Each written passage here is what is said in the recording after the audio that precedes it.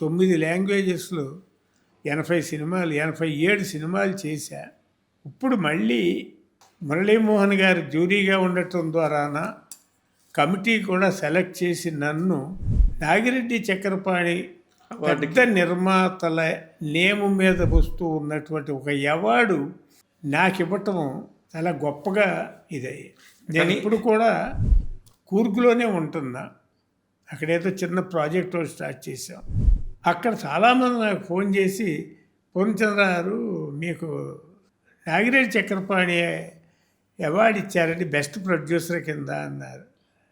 నాకా నేనంత దానికి అర్హుణ్ణా అయ్యో అని కూడా నేను వాళ్ళతో క్వశ్చన్ చేసా. తర్వాత మురళీమోహన్ గారు ఫోన్ చేసి ఇట్లా అవార్డు ఇచ్చాము, మీరు ఒకసారి మెడ్రాస్ ఇక్కడికి రావాలి హైదరాబాద్ అని అంటే, అలాగేనండి ఎప్పుడు రమ్మంటారు అంటే, అర్జెంటుగా వచ్చేసేయండి, అక్కడ కూర్చొని ఏం చేస్తారు అంటే, నేను మొన్న నైట్ వచ్చాను.